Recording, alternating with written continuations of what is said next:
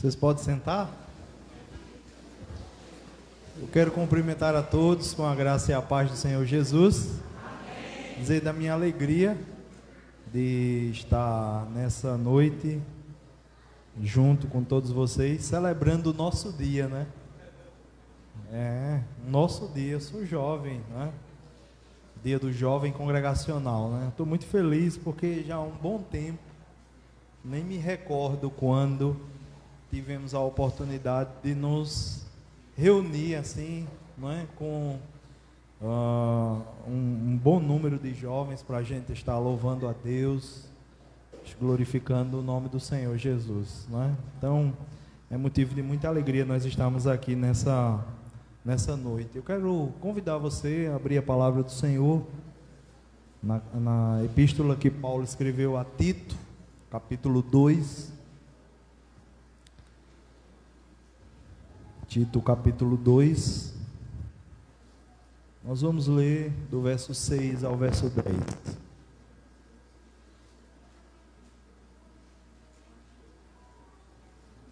Nosso tema é jovens e o ensino pastoral acerca do caráter cristão.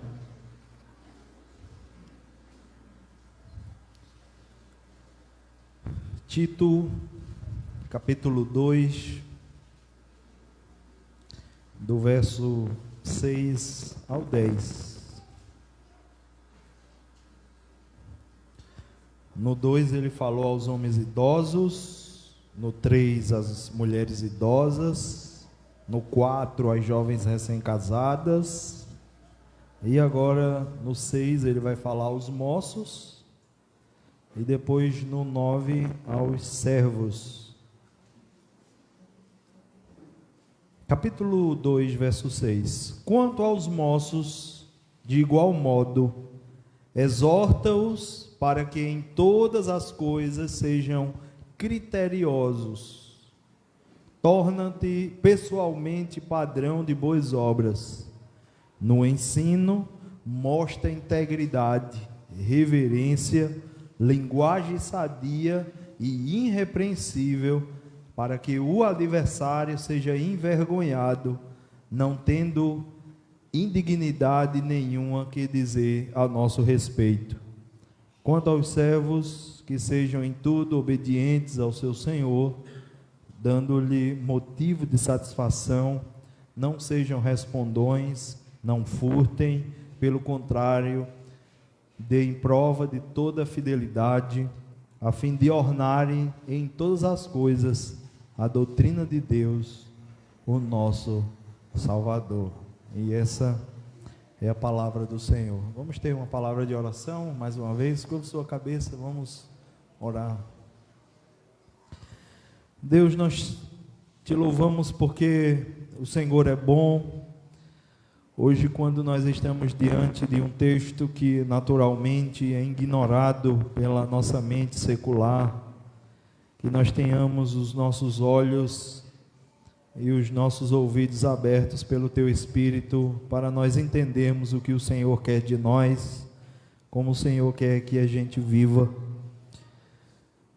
que nós tenhamos corações maleáveis e não corações de pedras, e a gente consiga viver conforme o Senhor orienta, e não conforme as muitas vozes que nós ouvimos ao nosso redor. No nome do Teu Filho amado, nós pedimos essa graça. Amém. Queridos, o apóstolo Paulo, que é o autor desta carta, ele deixou Tito numa ilha que fica no mar Mediterrâneo, ao sul da região da Grécia, conhecida como Creta, a fim de que Tito fosse alguém que colocasse em ordem uma série de coisas na igreja. Se você observar o capítulo 1 aí, eu peço a você que esteja com sua Bíblia, seu smartphone, sintonizado com esse texto. O capítulo 1, verso 5 diz: por essa causa te deixei em Creta, para que pusesse em ordem as coisas restantes, bem como em cada cidade constituísse presbítero, conforme te prescrevi. Havia, portanto, uma série de coisas da vida das pessoas da igreja que precisavam ser colocadas em ordem, estabelecessem liderança, repreendesse falsos mestres, em outras palavras, que Tito atuasse dentro da comunidade a fim de organizar aquela igreja e dar balizas para que aqueles que eram membros da comunidade de Creta tivessem subsídios suficientes para conduzir as suas vidas debaixo do temor do Senhor nesta cidade. E a cidade de Creta, meus queridos, era uma cidade interessantíssima, como a cidade do Recife. Creta era uma cidade que tinha uma efervescência cultural. Creta era uma cidade que fervia culturalmente, religiosamente e financeiramente. Creta era um polo financeiro importante. Creta era uma cidade cuja igreja se propunha a ser uma igreja numa grande cidade, com um jovem pastor, num centro cultural, num centro financeiro, num centro religioso, num centro acadêmico, liderando uma comunidade cujo propósito era ministrar naquele contexto. E o jovem pastor Tito foi alguém que havia caminhado com o apóstolo Paulo, sendo ali em Corinto, servindo ali em Corinto, servindo, por exemplo, na Galácia. Enfim, era um jovem que tinha caminhado com o apóstolo Paulo de maneira muito íntima, de maneira muito profunda. E depois que o apóstolo Paulo ele partiu daquela região ali, ele deixou Tito em Creta, e Tito se tornou o pastor daquela igreja que estava sendo constituída naquela ilha. E o apóstolo Paulo, não muito tempo depois, envia essa carta que nós temos nas nossas mãos. E duas coisas nós precisamos entender antes de entrar nesse texto para a nossa reflexão aqui nesta noite. A primeira delas é que Paulo, ele, quando escreve esta carta, ele fala autoritativamente para Tito como uma ordem.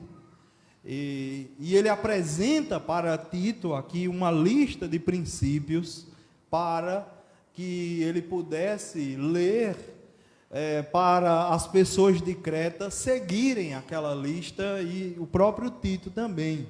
Por que Paulo faz isso? Porque as pessoas não podem viver de qualquer jeito. O evangelho não é libertinagem. Tem coisas que são esperadas de cada tipo de pessoa, como nós vimos aqui na leitura inicial desse texto aqui, meus queridos. E Paulo, aqui no capítulo 2, basicamente, ele vai dividir a igreja em grupo de jovens e velhos, ou mais velhos, não necessariamente idosos, homens, mulheres, e aí a gente vai ter muitas coisas esperadas do cristão, e que muitas coisas que são esperadas dos cristãos são exatamente a mesma coisa. Você vai perceber que o que se esperava dos homens idosos era o mesmo que se esperava das mulheres idosas, das recém-casadas, dos jovens e dos trabalhadores. E uma segunda coisa é que Paulo disse, o que Paulo disse é aplicado a todos os crentes e em todas as épocas.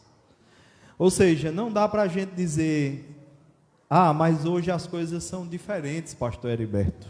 Esses princípios aqui que Paulo ensinou a Tito não se aplica a gente hoje. Não dá para a gente dizer, meus irmãos, que essas coisas não se aplicam. A gente também não pode dizer, mas hoje em dia as coisas mudaram em relação a esse comportamento que a gente vai descrever aqui. É claro que Tito, ele tinha que responder perguntas diferentes, das quais a gente vai ter que responder hoje também, nos nossos dias. Mas esse comportamento aqui do capítulo de número 2, ele é aplicável à nossa realidade brasileira do século 21, sim. Portanto, o que é que Paulo vai descrever aqui, nesse capítulo de número 2? Paulo, antes de apresentar uma série de princípios, de regras que aqueles cristãos deviam viver, a primeira coisa que Paulo vai fazer é descrever a sã doutrina. Veja como é que ele diz aí no versículo 1 para Tito. Ele diz: tu, porém, fala o que convém à sã doutrina. O que é que Paulo vai descrever por sã doutrina? Sã doutrina, meus queridos, é um resumo dos ensinamentos bíblicos que são tanto fiéis à Bíblia quanto úteis à nossa vida. Observe que nesse verso de número 1 aqui, ele não manda que Tito ensine a sã doutrina, em vez disso, ele orienta a ensinar aquela comunidade o que está de acordo com a sã doutrina, ou seja, o que se encaixa nela e dela pode ser então extraído. Tito deve ensinar a igreja de Creta, em outras palavras, a seguir o caminho traçado pela sã doutrina. Por quê? Tito tinha que fazer isso? Porque a sã doutrina, ela serve a um propósito muito útil, muito prático. A sã doutrina é para a nossa vida, meus irmãos. A sã doutrina é para a minha vida, é para a sua vida. Portanto, como é viver de acordo com a sã doutrina? Paulo descreve como a sã doutrina diz que um homem jovem deve viver, e ele faz da seguinte maneira. Eu quero ser bem prático aqui, porque ainda a gente vai ter uns cânticos aqui ainda, né? Com, acho que é a turma do DDR, né? Não é isso? Muito bem. Em primeiro lugar, Tito diz que o jovem ele deve ser criterioso. Em outra tradução, que ele deve ser prudente. Não é isso que diz aí o verso 6? Ele diz assim: quanto aos moços, de igual modo, exorta-os para que em todas as coisas sejam criteriosos, ou que sejam prudentes. E se você é um leitor atento, você deve ter percebido que esse versículo 6, ele começa exatamente como o versículo de número 3. O versículo de número 3 diz assim: quanto às mulheres, semelhantemente, ou de igual modo, ou seja, o que se espera do homem idoso, se espera também da mulher idosa. E o que se espera da mulher idosa e do homem idoso, se espera agora também de quem? Dos jovens. Como vocês são inteligentes. Exatamente isso. Se espera dos jovens.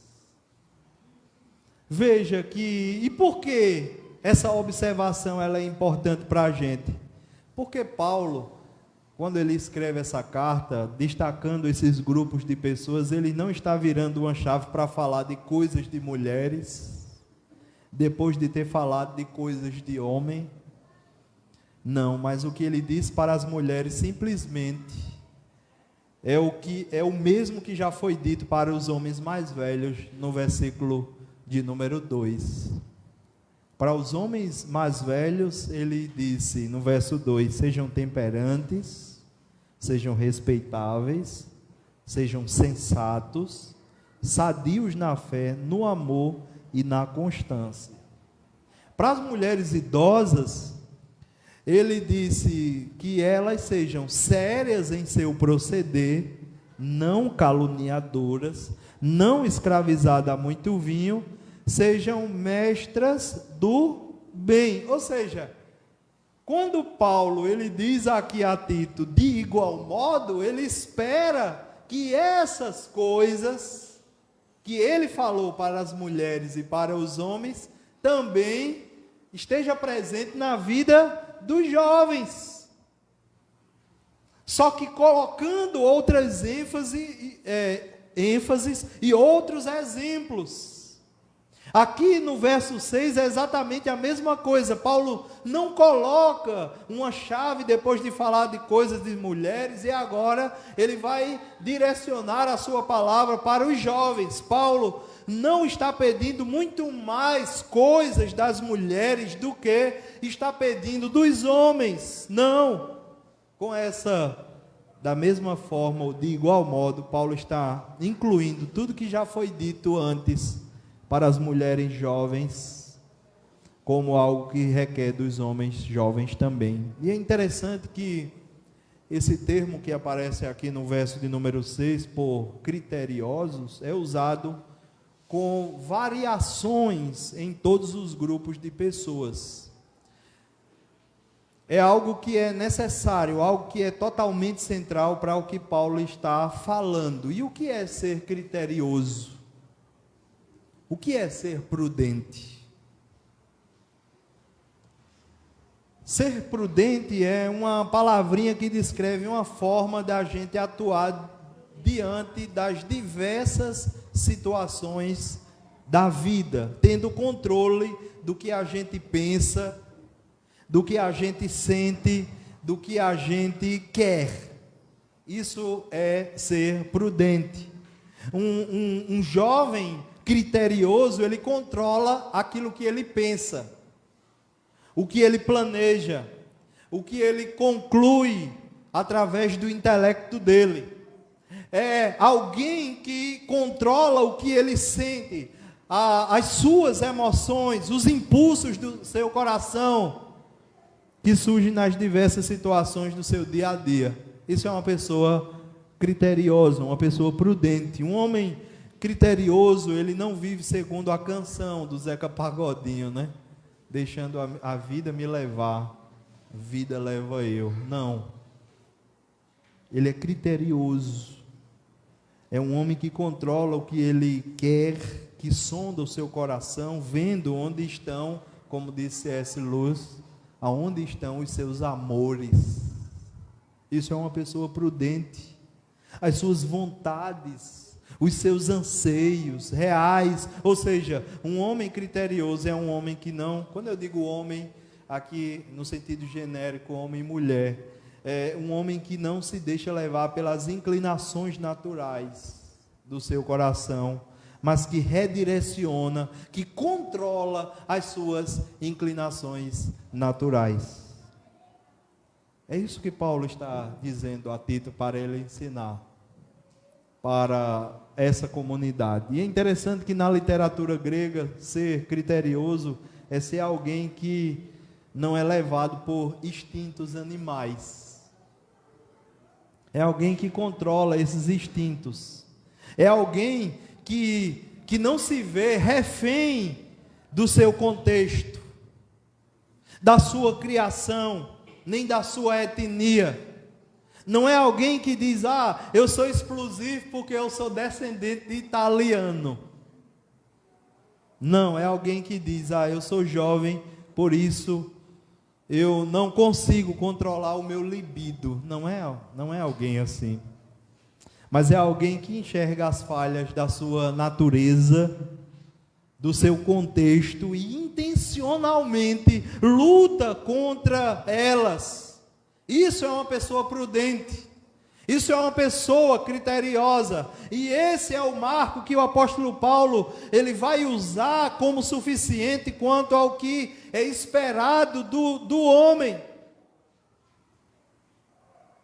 Então, perceba que Paulo está fazendo aqui uma exortação a Tito, para que ele exorte os moços a terem autocontrole.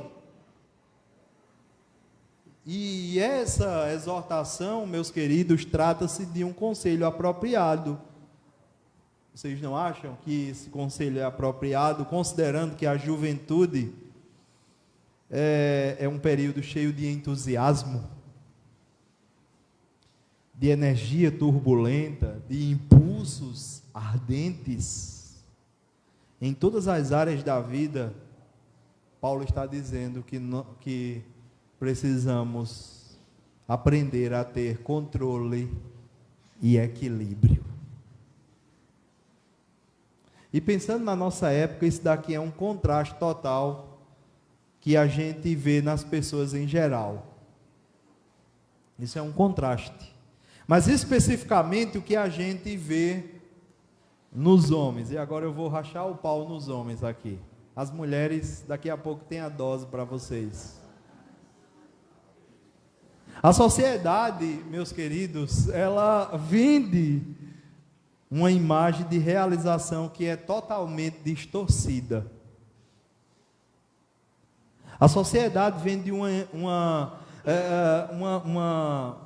imagem distorcida. Muitos homens passaram a vida inteira sendo bombardeados com formas de satisfazer os seus desejos imediatamente. E aqui eu não estou só me referindo aos desejos sexuais. Dê outros exemplos, pastor. Você tem comida instantânea quando você podia cozinhar. Você tem mais jogos do que você poderia jogar quando você quer se desentediar e se desligar da realidade que você deveria encarar ela.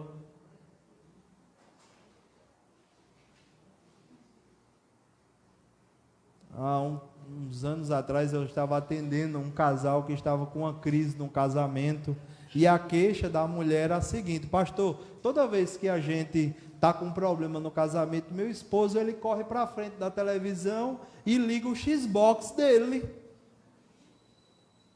Você já pensou?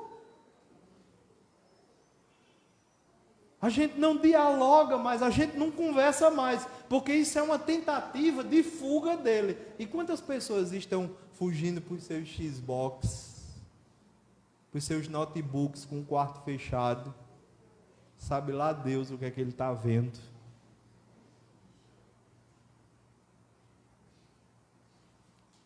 Nós estamos vivendo essa época, meus irmãos,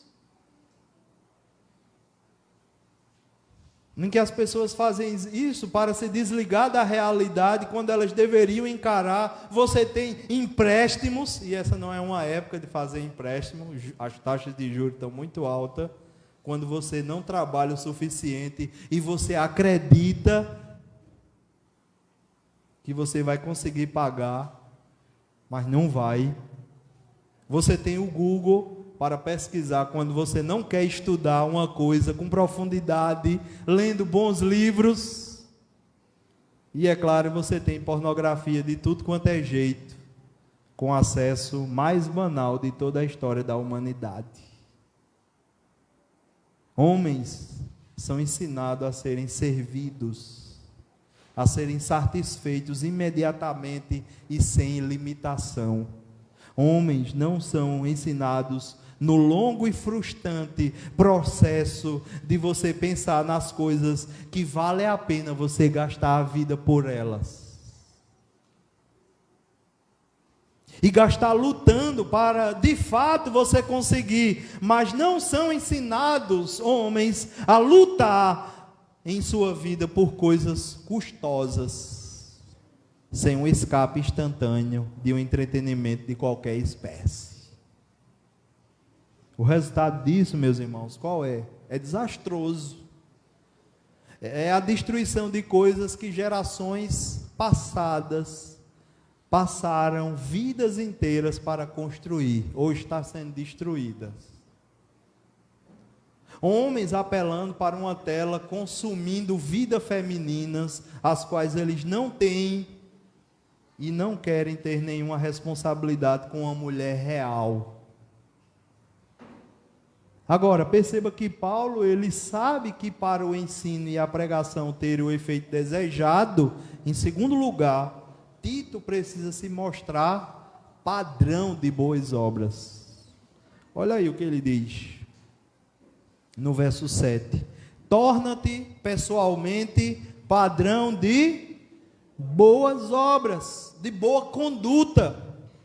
Tito ainda era relativamente jovem quando assumiu aquela igreja e recebeu essa carta.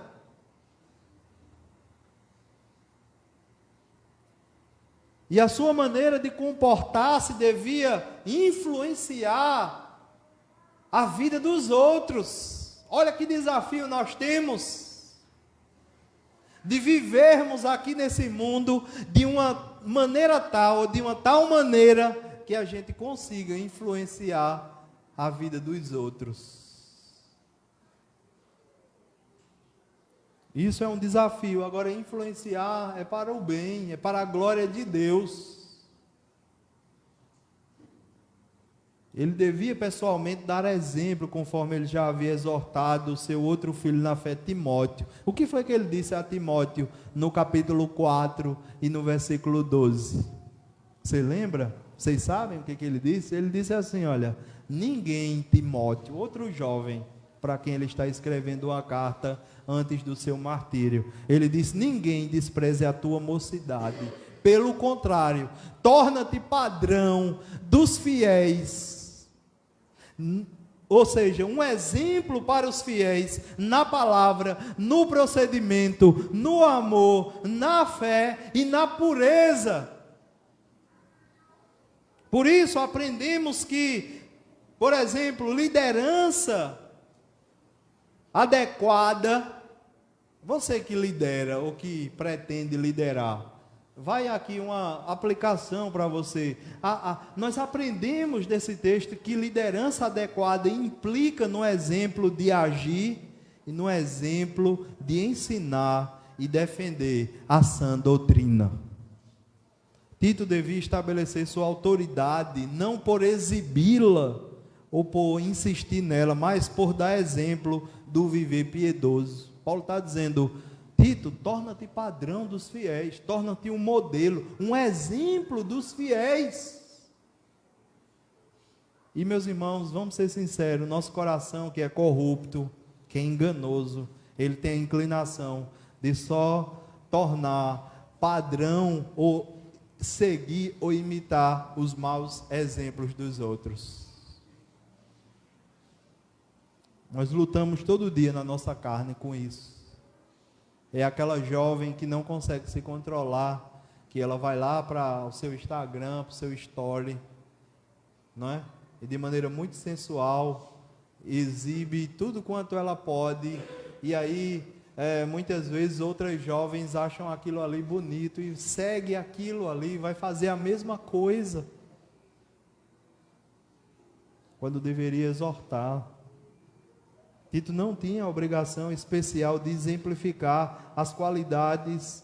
Tito tinha a obrigação especial de exemplificar as qualidades morais e espirituais sobre as quais deveriam ademoestar os outros. Por que é que tanta gente tem dificuldade de ademoestar o outro? Porque as qualidades morais estão muito a desejar. Portanto, de que modo Tito deveria demonstrar padrão de boas obras? Ele diz aí, no verso 7 e no 8, ele diz, no ensino, deve mostrar integridade, pureza de motivo, ausência de qualquer desejo de lucro, diz respeito ao conteúdo da mensagem que foi entregue aos santos definitivamente. Agora, aplicando ao nosso contexto, é um erro você achar, e aqui eu quero me dirigir para aqueles jovens que são casados, é um erro você achar que você trazer sua família todo domingo na igreja é cumprir o seu papel como marido cristão, ou você que tem um filho de pai cristão. Se você deve trazer sua família todo domingo, mas você esperar que o seu filho, por exemplo, ame Jesus somente pelo sermão que ele ouve no domingo na igreja, ou na salinha das crianças, é uma ilusão. A igreja, eu disse essa semana, a igreja não é um lugar para você terceirizar a sua responsabilidade. A igreja é um lugar em que você é equipado munido de ferramentas para cumprir a sua responsabilidade enquanto pai, enquanto marido, enquanto esposa, enquanto filho, enquanto aquilo que você é e aquilo que você faz. Por isso, veja o que Paulo diz: seja padrão de boas obras no ensino, mostre a integridade, mas em segundo, reverência. Paulo está dizendo assim a Tito: Tito, tenha uma maneira séria de viver, leve a tua vida a sério, porque a vida não é uma brincadeira, não é um parque de diversão. Trate a sua vida com seriedade, com sobriedade. Não viva a corromper o caminho da verdade. É isso que Paulo está dizendo. Tenha reverência, viva uma maneira séria aqui nesse mundo, na universidade, no teu trabalho, na tua casa, no teu namoro, no teu noivado, no teu casamento. E aí ele diz em terceiro lugar, linguagem sadia e irrepreensível. Se bem que ele está fazendo uma referência às suas atividades como mestre. Porque no capítulo 1, no verso 5 a 9, ele diz quais são as qualificações dos ministros, dos presbíteros, que ele deveria eleger para colocar a igreja em ordem. Depois ele contrasta com os falsos mestres, do verso 10 até o 16. Ele diz: olha, você, Tito, para se tornar um padrão de boas obras, você tem que ser íntegro no ensino, viver de maneira séria, mas ter uma linguagem sadia, uma linguagem irrepreensível. Tem uma linguagem irrepreensível nas suas conversas diárias. E meus irmãos, isso aqui é um desafio. Isso é um desafio. Porque hoje nós não estamos falando muito, nós estamos digitando. E os dedos digitam aquilo que está cheio, o coração. E Jesus já fez uma advertência que é do coração, que saiu o quê? Os homicídios, a prostituição, a impureza, as iras, as brigas. Nós precisamos ter muito cuidado, meus queridos. Paulo disse aos Efésios 4:29, não saia da vossa boca, não saia dos vossos dedos, aqui abrindo parênteses, nenhuma palavra torpe, mas só o que seja boa para a necessária edificação, a fim de ministrar graça àqueles que nos ouvem, àqueles que nos seguem. No capítulo 3 de Colossenses, do 16 ao 17, ele diz assim: a palavra de Cristo habite em vós ricamente, em toda a sabedoria, ensinai-vos e admoestai-vos uns aos outros com salmos, hinos, cânticos espirituais, louvando a Deus com gratidão em vossos corações, e tudo quanto fizerdes por palavras ou por obras, fazei-o em nome do Senhor Jesus, dando por ele graças a Deus, o Pai.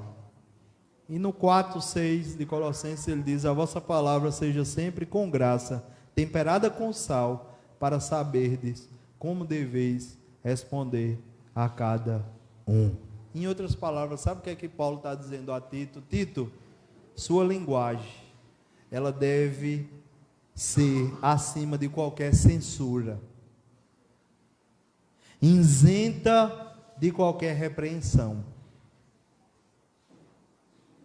Aquilo que nós postamos, aquilo que nós compartilhamos, aquilo que nós falamos, deveria ser acima de qualquer censura, isenta de qualquer repreensão, livre de vulgaridades e coisas do gênero aí. É isso que Paulo está dizendo. E por qual motivo ele faz essa exortação? Olha o que ele diz aí no verso 8: para que o adversário seja envergonhado. Porque ele não vai encontrar lacunas na vida do cristão, como os irmãos, nossos irmãos dizem, brechas, né? Na vida dos irmãos. É esse o propósito. O propósito da vida piedosa é silenciar os que se opõem ao cristianismo e ao evangelho.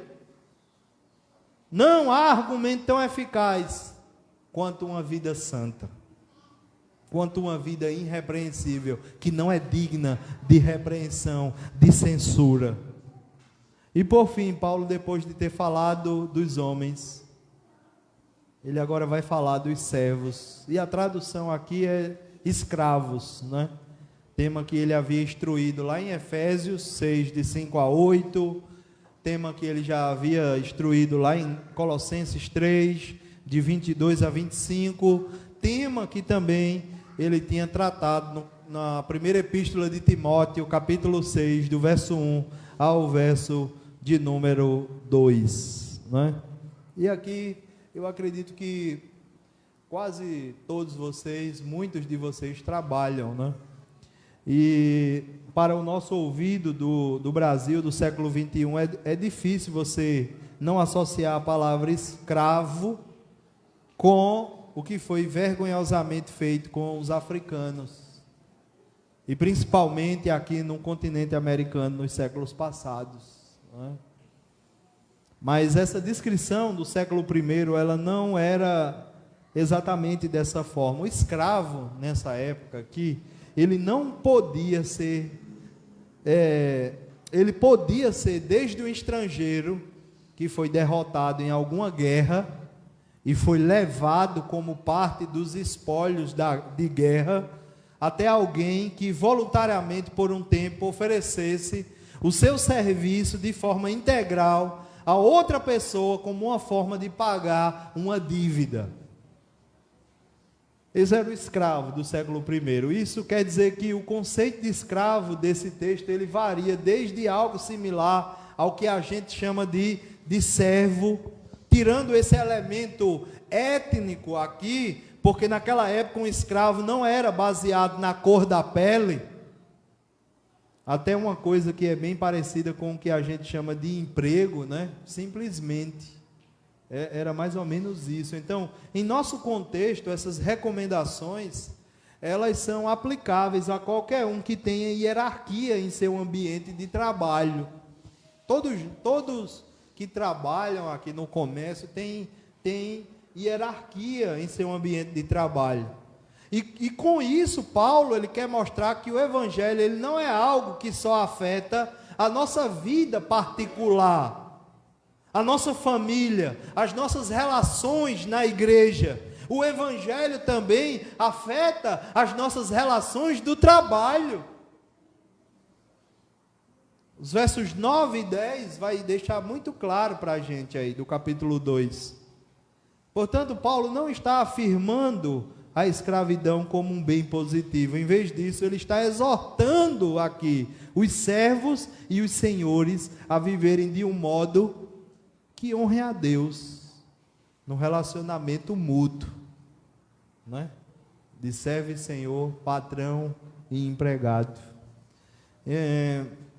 Uma pessoa que pondera no seu modo de falar, que se dedica, que se esmera no seu serviço, que não tira vantagem pessoal às custas da empresa que trabalha. É alguém que não somente é um bom profissional, mas é alguém que embeleza o evangelho com uma vida pública. E meus irmãos, isso aqui é um desafio, porque eu moro num condomínio bem pertinho lá da igreja. E conversando com a síndica esses dias, ela disse assim: olha, o senhor é pastor, eu queria conversar uma coisa com o senhor. Pois não, pode falar. Ela disse: olha, eu sei que desde esses 8 anos que o senhor está morando aqui, a gente nunca teve problema. Eu disse: é verdade, espero que a gente nunca tenha. Mas aí não estava entendendo o que era que ela estava querendo dizer, né? E aí ela disse o seguinte, ela disse, pois bem, eu estou dizendo que está cada vez mais raro você encontrar um pastor e também um profissional que seja exemplar. Toda vez que eu ligo a televisão, eu vejo um pastor envolvido em um escândalo. E todas as vezes que eu contratei um profissional para fazer um serviço aqui nesse prédio que nós moramos, ele deu problema. Então, a gente vai ter uma reunião de condomínio que tem um bocado de coisa para fazer no condomínio aqui. Agora, eu queria lhe pedir, não indique não uma pessoa evangélica para fazer nada aqui no condomínio. Meus irmãos, isso é vergonhoso. Isso é vergonhoso. O cara vai detetizar o prédio e ele coloca água. O produto dele.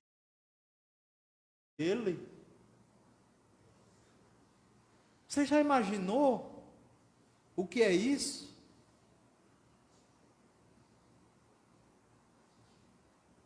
Paulo está aqui, olha. O evangelho seja aceito. E como, pastor? A maneira como eu lido com o trabalho, com a faculdade, com as redes sociais, com os meus amigos, com os meus vizinhos. Intercâmbio, viu? Vocês gostam, né? Se você não tem o dom do celibato, glória a Deus. Se você tem e que Ele ama mais a você do que a Ele mesmo, e que Ele está buscando mais o seu próprio bem do que o bem dele, e que Ele está buscando mais a glória de Deus do que o bem, e que pode comprar uma casa para você casar imediatamente. Tem que ser alguém que lute para ser como Cristo, alguém que ame mais do que a vida dele, alguém que te lidere servindo, portanto, ele tem que ser moderado, é o que Paulo vai colocar aqui no versículo 2, ele tem que ser moderado, ele tem que ser moderado em sua comida, ele tem que ser moderado em seu dinheiro, ele tem que ser moderado nas suas palavras, nos seus hobbies, nos seus relacionamentos. Ele tem que ser digno de respeito, alguém que pela sua postura, e preste atenção a isso, pela sua postura, que pelo fruto dos seus atos, é respeitado aos olhos dos outros. Tem que ser assim.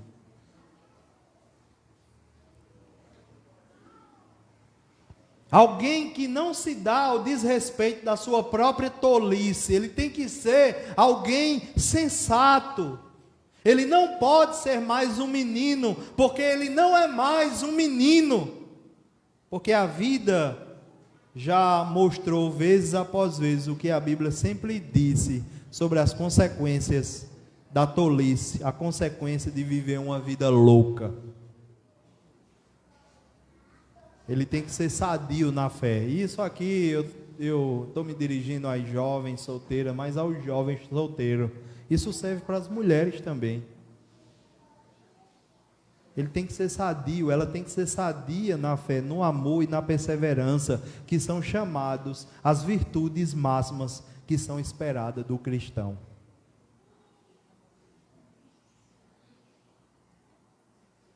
Se não tiver esse padrão, é um salto no escuro, viu? É um salto no escuro. Agora, eu quero falar para você, jovem irmão, de igual modo, se você não tem o dom do celibato também, quer casar, aqui está o padrão bíblico da mulher cristã que você tem que buscar. Aqui está o padrão. Alguém reverente em sua maneira de viver, não é o que ele diz aqui no verso 3? sérias em seu proceder.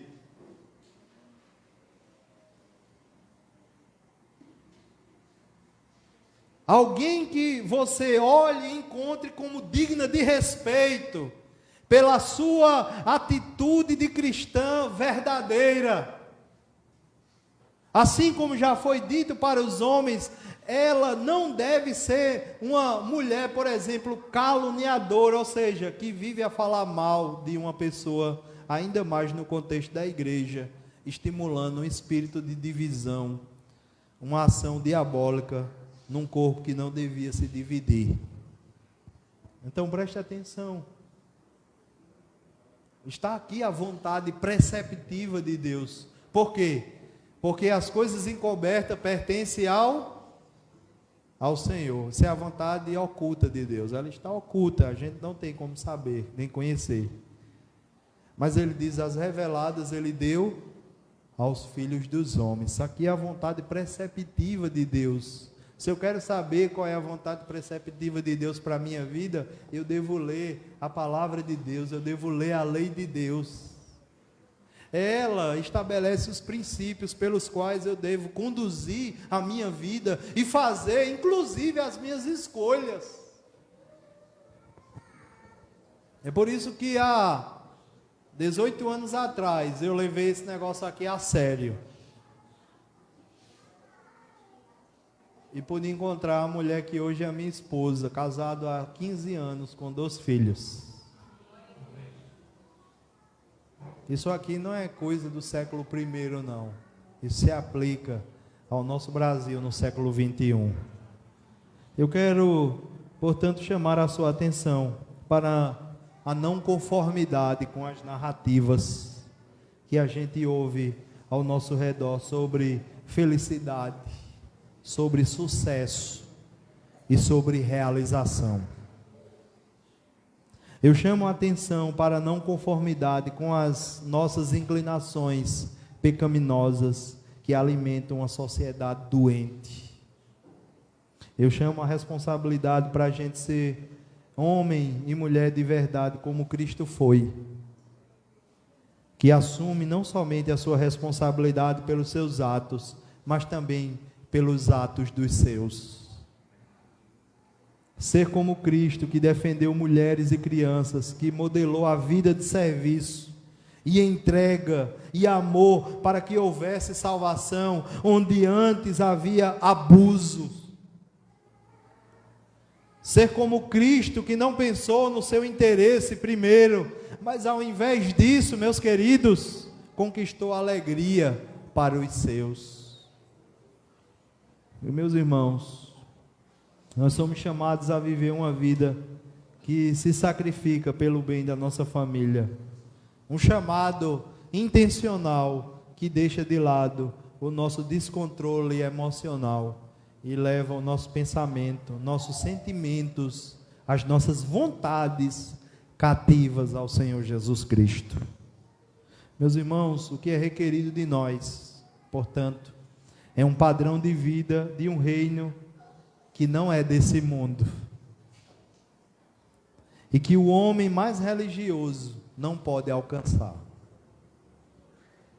Mas lembre-se que isso aqui não é um meio pelo qual você é salvo. É exatamente a consequência da graça de Deus operando na tua vida, na minha vida, nas nossas vidas. O poder para viver uma vida com um padrão tão alto está naquele que pagou o preço por nós. E se ele não tivesse feito isso, nós não conseguiríamos viver essa vida perfeita. Não conseguiríamos. Cristo não somente vivenciou na prática o que é vivenciar essa vida, mas ele ofereceu perdão quando conscientemente a gente se arrepende de viver aquém desse padrão aqui estabelecido pelo Senhor na sua palavra. Por isso, a gente não é esmagado por uma lista de coisas. A gente pode abraçar essa lista aqui como uma coisa preciosa, confiando no próprio Deus, no Deus que está conosco nessa luta a cada dia, por estar mais perto de cumpri-la, no último dia, do qual a gente finalmente vai ser como nosso Mestre. Curva sua cabeça nesse momento, vamos orar ao Senhor. Pai, nós te louvamos pela tua palavra, te louvamos pela tua misericórdia, te louvamos porque no meio de um mundo mau, o Senhor nos ensina o que é bom. Ajuda-nos a amar a tua palavra, Senhor. Ajuda-nos a não permanecer com o coração endurecido e nem ser enganado pela nossa sociedade ao nosso redor, pelo nosso coração enganoso. Ajuda-nos a assumir a responsabilidade pelos nossos atos, a viver uma vida que reflita e que seja digna do teu chamado. Que, como lemos nesta noite, que possamos guardar a melhor coisa, a tua palavra, no melhor lugar, no nosso coração, com o maior propósito, não pecar contra ti. Fortalece-nos, porque somos fracos. Amadurece-nos, porque somos imaturos. Limpa-nos, porque somos sujos. Tem misericórdia do teu povo, Pai. Tem misericórdia de nós. Ajuda-nos para viver confiando no que o Senhor nos diz. Que o Senhor não nos abandona nessa luta. Que venhamos te glorificar em nossa vida. No nome de Jesus te pedimos. Amém. Deus abençoe. Que a paz de Deus, que excede a todo entendimento,